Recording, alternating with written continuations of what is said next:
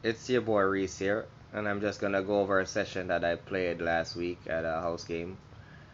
Bought in for 380, cashed out 940 with a profit of $560. Uh, Played a little under 4 hours. No, sorry, 5 hours. And I just have a few hands that I'm gonna go over. Well, I don't have any graphics on these two hands because I didn't really record them. Going based off memory. And I remember I had a jacks in early position, and I raised to about $25, maybe middle position under the gun plus two. And this guy in two other spots, he's in the cutoff. He re-raised to about $125, and I have something like maybe 250 behind. So I'm thinking if I call his raise, I'm gonna be crippling myself. I'm gonna be left with, you know, not much. So it's I only have two choices here: either fold the jacks pre-flop or uh, go all in.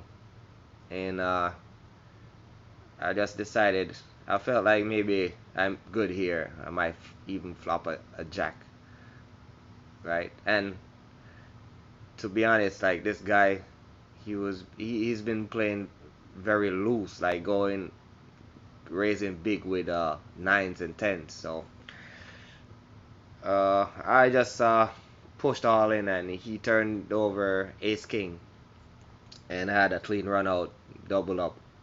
That was in the early stages, and then in the next hand, I remember I had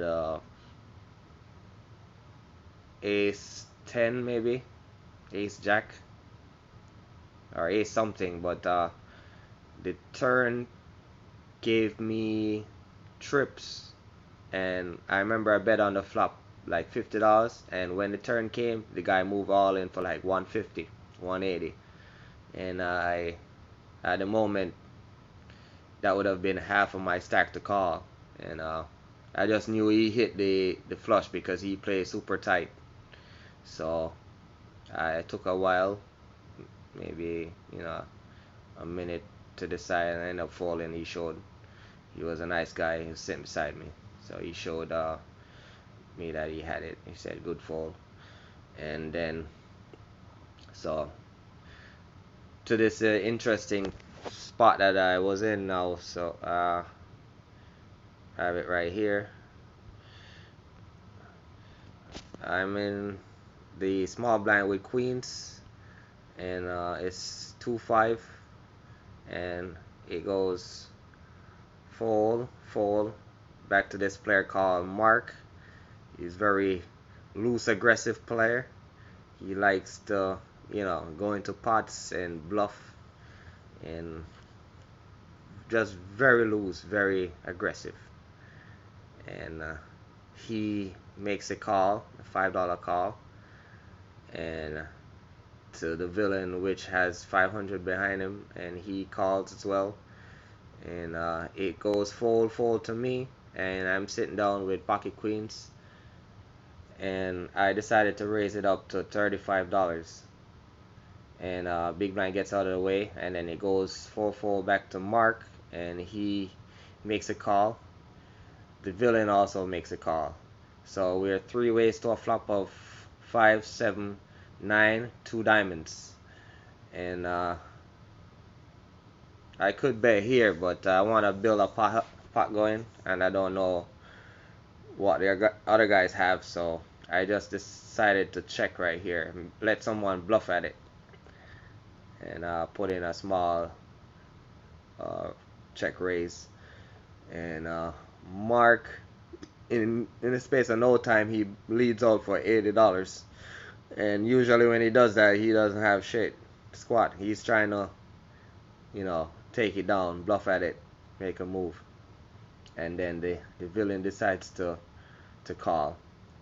So I'm not worried. not one bit. And then now I have to make a decision, and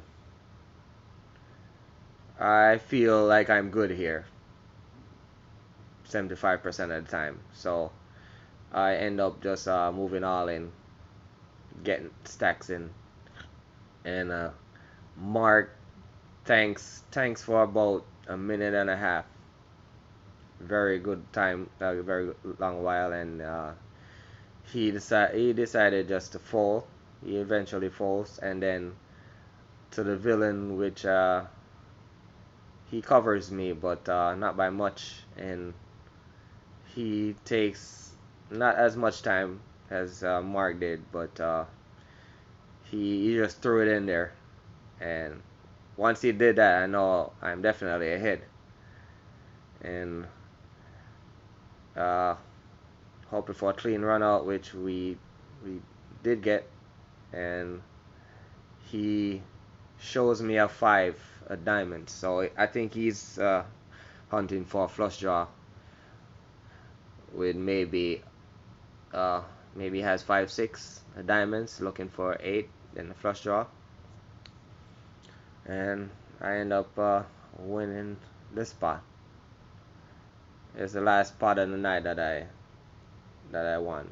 After I didn't really get much hands for the next 2 hours, and then I chipped down to 940 and cashed out.